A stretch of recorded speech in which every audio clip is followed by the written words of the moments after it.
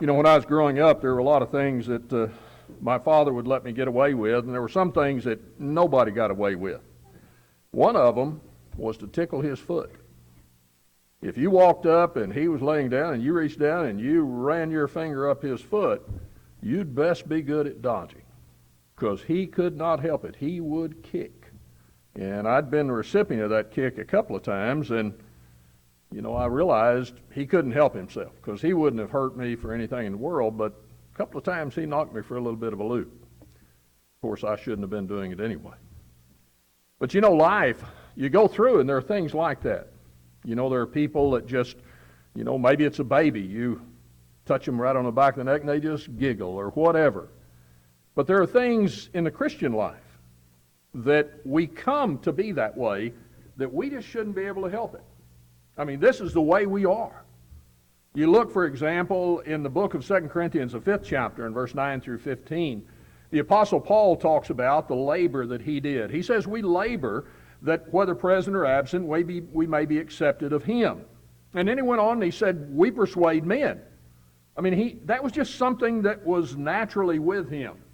Now, he noted in verse 14, here's the reason for it. The love of Christ constraineth us. In other words, he couldn't help it. Now, you see incidents of that in his life. Whenever he was on Mars Hill, he just looked out. He saw all of that city that's given to idolatry. He couldn't help himself. He just had to speak. And sometimes that's the way we are. We see something that needs to be corrected. We see somebody who needs to know that truth, and here's the opportunity. And we just can't help ourselves. The love of Christ constrains us. We just do it because that's what Christians do. But that's not all. You look and you find, for example, in Titus 3 and verse 1, the Apostle Paul, as he spoke to Titus, who was in a terrible place, he was on an island where people were liars, beasts, slow bellies. I mean, terrible people, and that's what they said of themselves.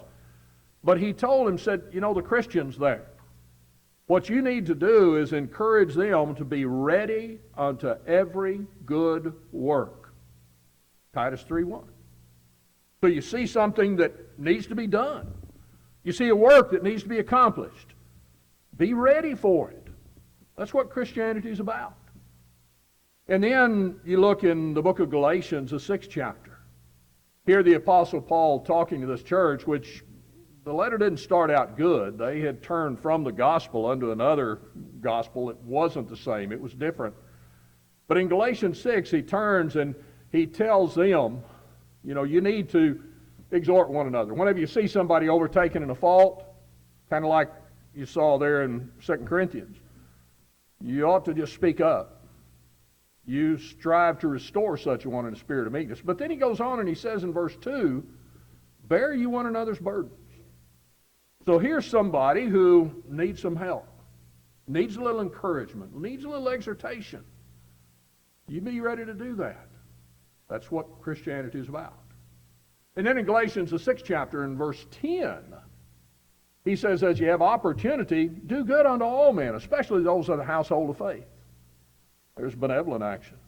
You see a need, and as much as I have the ability, I have that opportunity, that's my ability matched with the occasion, then I do good. I seek to help them, to benevolently help them in every way that I can. And that's the type of people we ought to be. The writer in Philippians, the 2nd chapter, in verse 19, told them, he said, I'm going to send Timothy to you. And he said, I have no man like-minded who will naturally look upon the things of another. I mean, that's it. That ought to be every one of us. I can't imagine the heartache that Paul had whenever he said, I don't have anybody else with me right now. I'm sure he knew of others who were of the same attitude, but right then, Timothy was the only one. He said, I don't have anybody who I could send to you that I know this is just what they do. They can't help themselves. But you look at that and you think about, what is it we're talking of? You ever heard of the work of the church?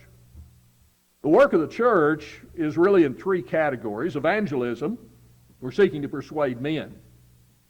Edification, we're building up, bearing burdens, helping one another along the way. And benevolence, You see a need, you're going to give sacrificially to help that individual, to reach out and help them. So all those verses we looked at, really, that's just the work of the church.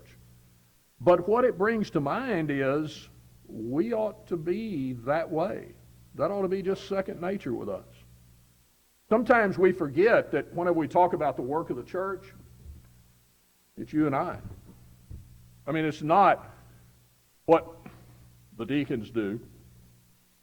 Well, yeah, they're involved in the work of the church. They're special servants that are helping organize certain things, but it's not just them.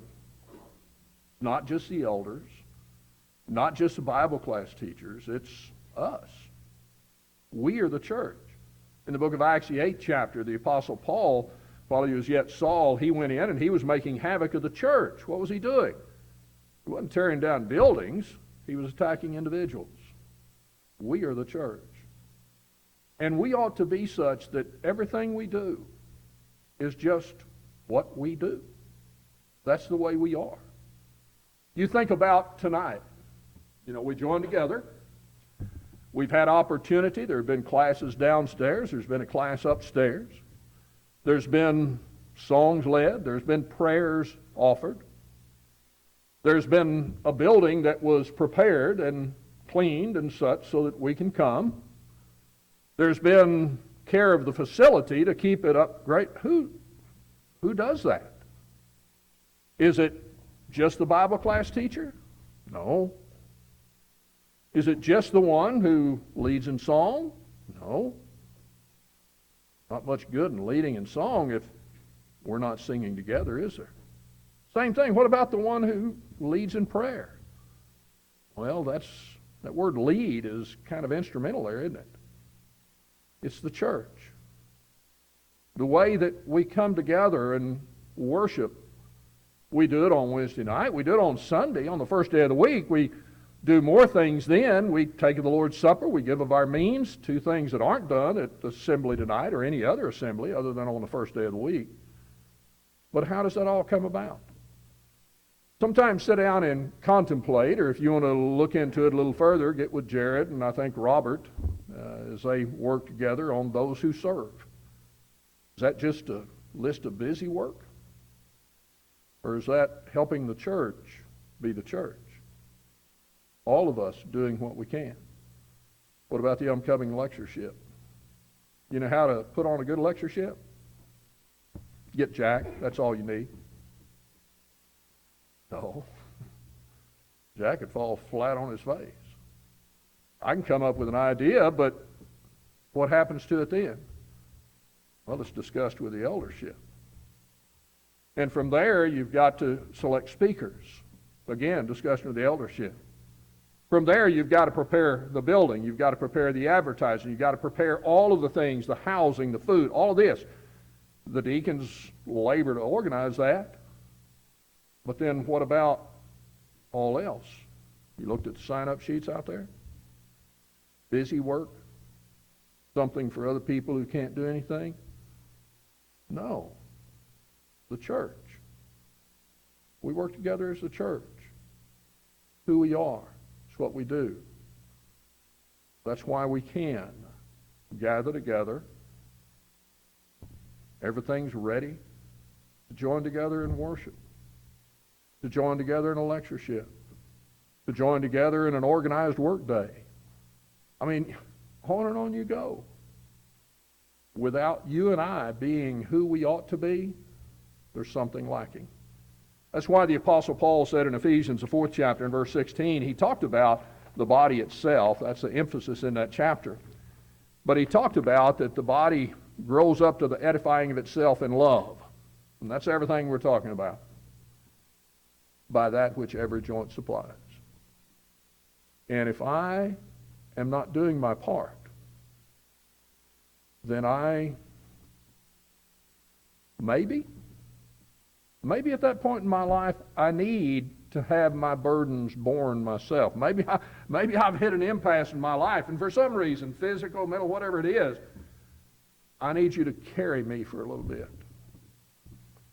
But that's generally not the case whenever we don't work, is it? Generally, it's let somebody else do it. But the reality is, whenever God brought forth the church, we all become the someone else. We are the church. We will determine whether all things are ready for the worship, for the lectureship, for work days, for benevolent activities, for opportunities of evangelism. It's us. Because who we are, we can't help ourselves. If I can help myself, if I can stop, I need to really look and see what's wrong. You go back in 2 Corinthians, the 5th chapter there, he talks about the love of Christ constraineth us. If I'm not constrained to do the best I can, and that's all God expects. I'm not trying to put a burden on anybody, myself included, that is beyond what my abilities are. But if I'm not using my abilities, maybe I've lost sight of the love of Christ that ought to constrain me. But the good news is the love is still there. So I go back. Kind of the focus of our lectureship, living in the shadow of the cross. You can't see a greater love than that given by Christ on the cross, and you can't give a greater love than that of offering ourselves as a sacrifice in his service. If we haven't done that, tonight's the time. Becoming a child of God by repenting of our sins, confessing him, being baptized for the remission of sins, or coming back knowing that he'll forgive me. The blood he shed is always there if we'll but avail ourselves of it as we stand and sing the song of invitation.